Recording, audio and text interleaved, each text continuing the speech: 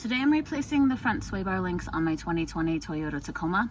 First thing you want to do is jack up the front wheels, take the front wheels off, make sure you set the e-brake or put a brick or something behind your wheels, especially if your driveway is tilted like mine, and then you'll be ready to go.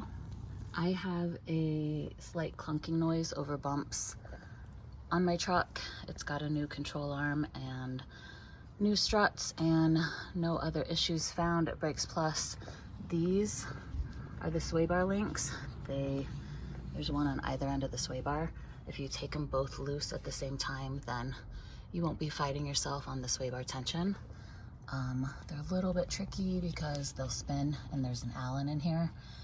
It's really easy to round that out, but we will do our best. So this is the passenger side. I'm gonna try and take this upper nut loose on this side and the other side so that the sway bar will hang down, and then we can get in and get this nut loose.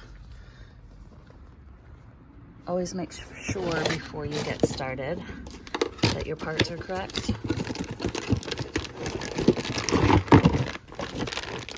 They look to be about the same.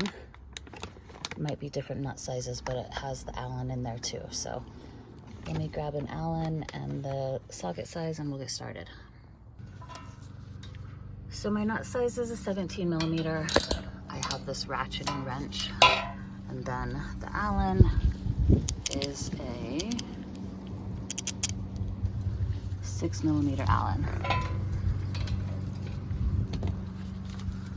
Make sure that you have the correct size Allen and that it fits snug in there, so hopefully you won't round out your sway bar link and have to cut it out or fight it all morning.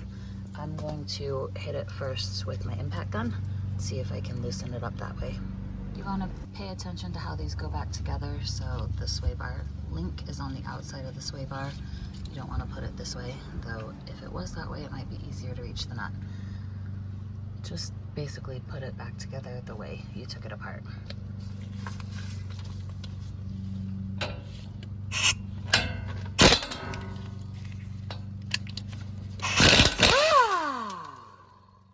Sweet.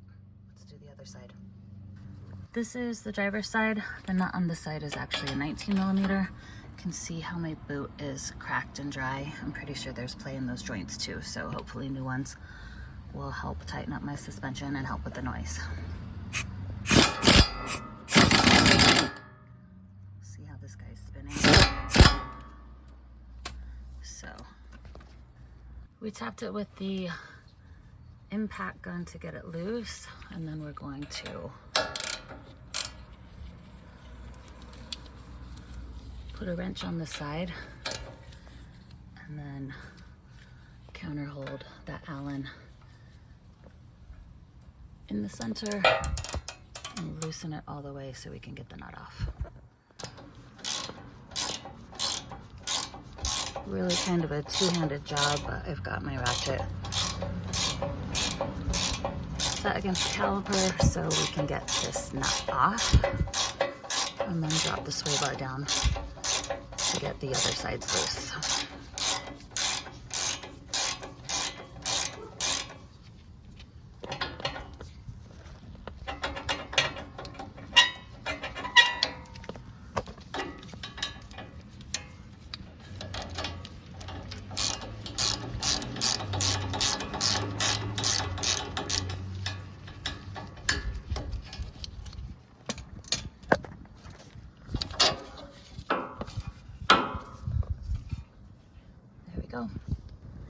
All right, so for the lower bolts, since we can't get an impact in there, I just busted it loose with this wrench.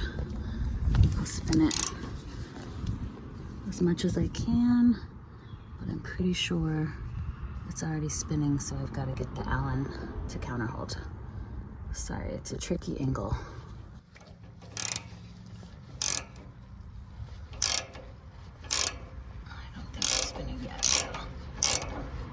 We'll be able to get it off without camera holding it. There it goes. Now it starts to spin, so we'll get the ratchet in.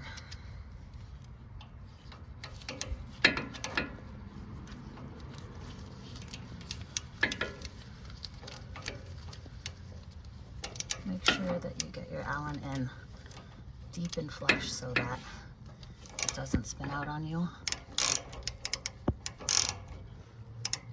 And then I've got the ratchet holding against the lower control arm. And see if we can get this loose.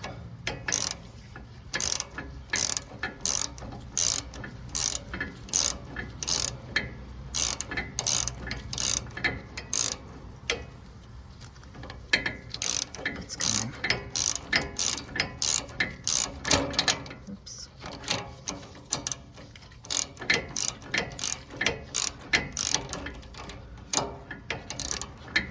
If you don't have one of these ratcheting wrenches, they're pretty fantastic for a lot of jobs. All right, we got it loose enough to get the nut off. Pull the link out, grab the new one, get started going back together. My new sway bar links have washers along with new nuts, and you can see these are locking nuts. So it's going to take a bit longer to get them back together. Also, this end is longer than this end. So I need to pay attention when I come apart to figure out if the longer end goes in the top or bottom. This lower nut on the passenger side came apart a little bit easier. I didn't have to counter hold it with a Allen wrench, just using my thumb. Then we'll see which end is longer, so we put the new ones in the correct slots.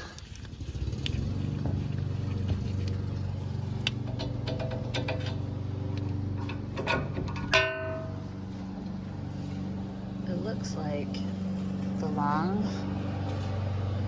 the longer piece goes into the top.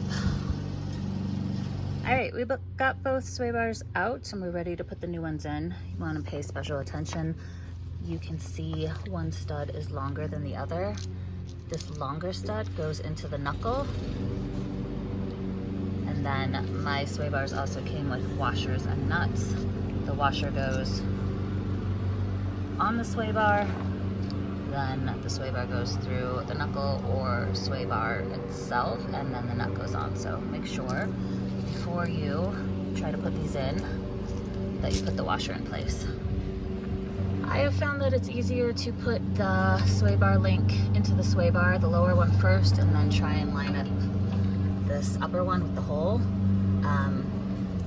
This guy actually bends and moves around because it's a joint, but they're pretty stiff because they're new, and you don't want to sit there and try and hammer this in because you will damage the threads.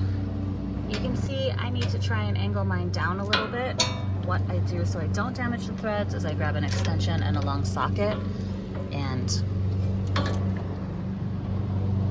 try to bend it down that way instead of trying just to hammer it. You can also, if you're still fighting it, grab a pry bar and pry the sway bar up and down so you can get this in and lined up enough to get the nut started. Okay, we have the driver's side in and both nuts started. I'm not going to tighten anything down until I get the sway bar link in on the passenger side, so I'm not fighting myself against all this tension. Now I have both sway bar links in with the nuts started.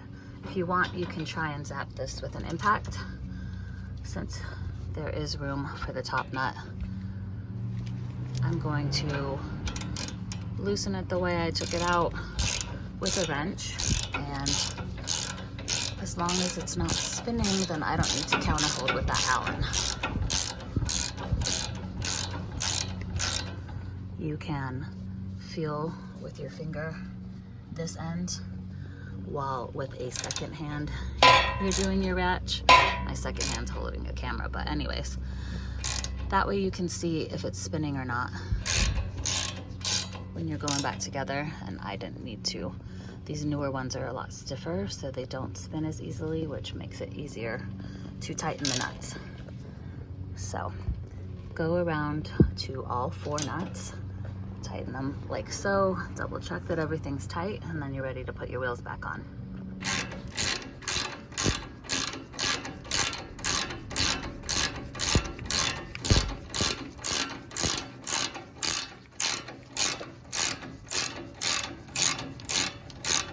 Make sure your washer is not on the same side of the nut, so you don't have to take everything apart and do it a second time.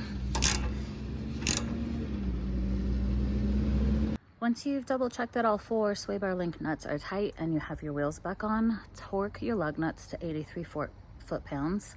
Test drive the vehicle, listen for any suspension noise, and then re-torque your wheels a second time. Can never be too safe, and you should be good to go. When you tighten your lug nuts and you torque your lug nuts, you want to do it in a star-shaped pattern across 1, 2, 3, 4, 5, 6 instead of in a circle, so there's less chance of your wheel getting cockeyed. And retorquing a second time after a test drive is also better chance of your test drive the vehicle, especially coming up my driveway and over bumps in the street, and I do not have a clunking noise anymore, so nice.